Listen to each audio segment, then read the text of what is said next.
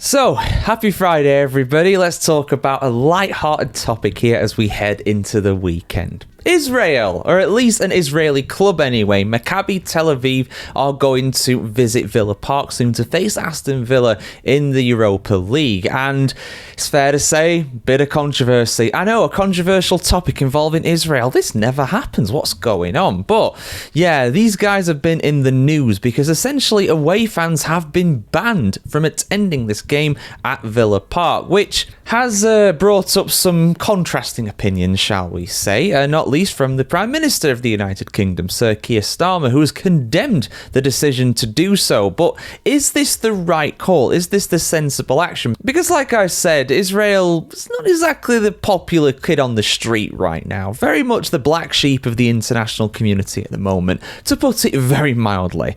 But let's have a look at the reasonings behind this, guys, and I will give my opinion at the end of the video as well, so stay tuned for that.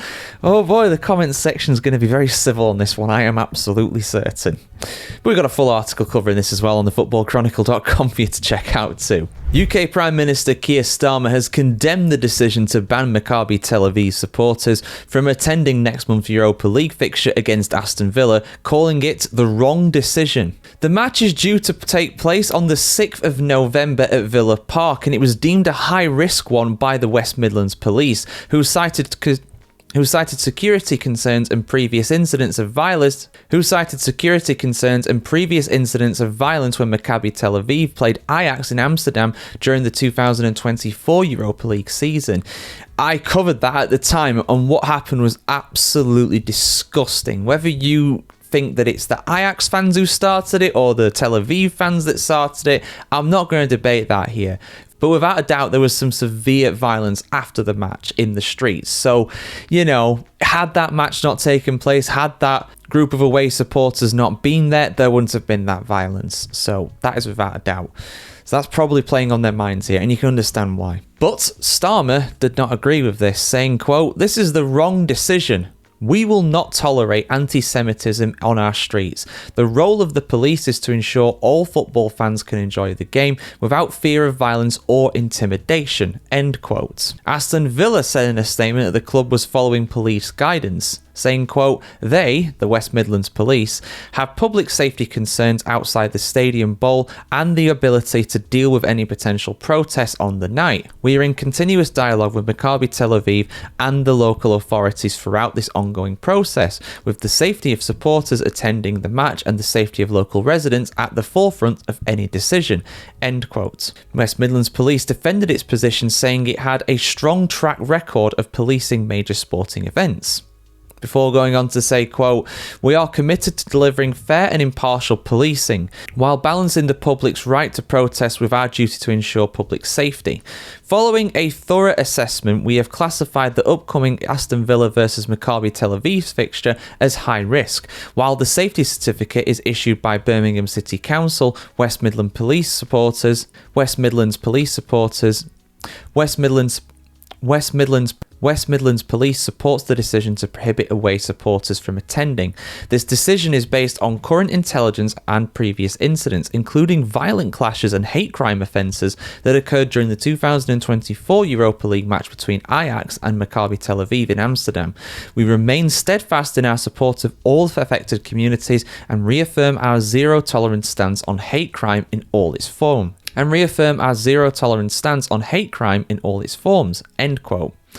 The ban will mean Maccabi Tel Aviv's first away fixture in this season's Europa League since pro-Palestinian protests broke out during their game in Thessaloniki against PAOK, I got that in one, I'll take that, on September 24th, will take place without their supporters in the stands. During that game in Greece, around 120 Israeli fans were escorted into the venue under police guard after protests erupted outside. Maccabi Tel Aviv fans were also involved in violent clashes in Amsterdam last season during their Europa League meeting with Ajax. The decision to block away supporters comes as European football's governing body UEFA continues to face pressure over Israel's participation in its competitions, though a recent ceasefire in Gaza has postponed a potential vote on suspension. The Jewish Leadership Council in London condemned Thursday's announcement, describing it as unfair, saying, quote, "It is perverse that away fans should be banned from a football match because West Midlands police can't guarantee their safety.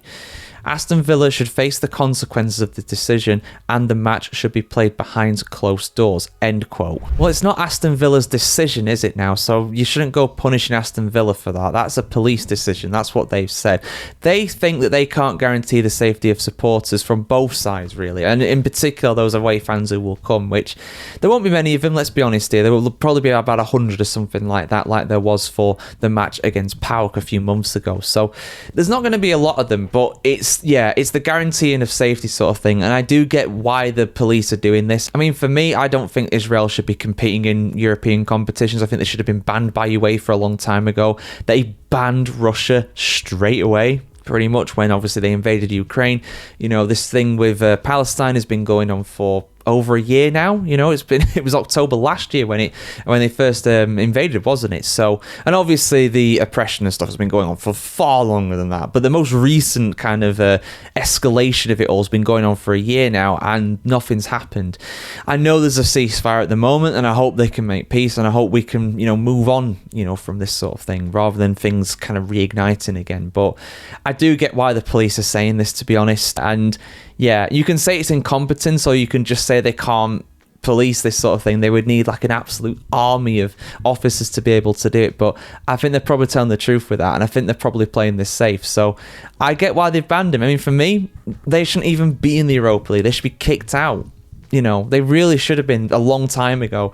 And obviously, if we don't get a lasting ceasefire and a lasting peace, then definitely kick Israel out of Europe and everything. Just get rid of them out of the European competitions, because why should they be allowed to compete with doing what they're doing? I don't think that's a controversial opinion, but hey, I'm sure some people disagree with me. Get your thoughts in the comments below, guys. Should this match be played behind closed doors like that Jewish council is trying to claim? That's a load of nonsense. Absolutely not. Ridiculous. But yeah, get your opinions in the comments below either way, guys. Like, share, comment, subscribe if you want to see more like this. Hopefully less controversial. I've come back from holiday and I've spoke about David Coote and now Israel. So yeah, the controversy is not stopping right now in football. It really isn't. It's kicking into overdrive at the moment. But yeah, see you soon, guys. Have a good one.